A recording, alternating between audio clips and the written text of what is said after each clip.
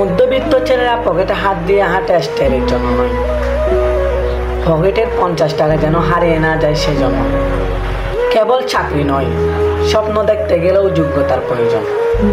পরীক্ষা তো সব মধ্যবিত্তর ঘটে, স্বপ্নগুলো মরীচিকা হয়ে ওঠে। মধ্যবিত্ত পরিবারের ছেলে ও মেয়ের হাজারো স্বপ্ন টাকার কাছে হেরে যায়। স্বপ্ন দেখার নাকি কোনো সীমা হয় না। কই, আমার সাথে কেন সেরকম হয় না? মধ্যবিত্ত ছেলেটির যখন অকাল মৃত্যু হয়, আত্মাটিও বলে, যাক, এবার বেঁচে গেছে। ইচ্ছেগুলো পূরণ হয় না বলে আমি মন খারাপ করি না, কারণ আমি জানি আমি মধ্যবিত্ত। মধ্যবিত্ত বলে স্বপ্ন দেখার আগে স্বপ্ন ভেঙে যাওয়ার ভয় পাই। মধ্যবিত্ত পরিবারের সন্তানগুলোর পকেটে টাকা না থাকলেও বুক ভরা স্বপ্ন আছে। ইচ্ছেকে খুন করে জীবনকে প্রাধান্য দেওয়ার নামই মধ্যবিত্ত। মধ্যবিত্ত পরিবার মানে স্বাদ আছে কিন্তু সাধ্য নেই। আমি মধ্যবিত্ত, তাই কাউকে ভালোবেসে স্বপ্ন দেখতে ভয় লাগে।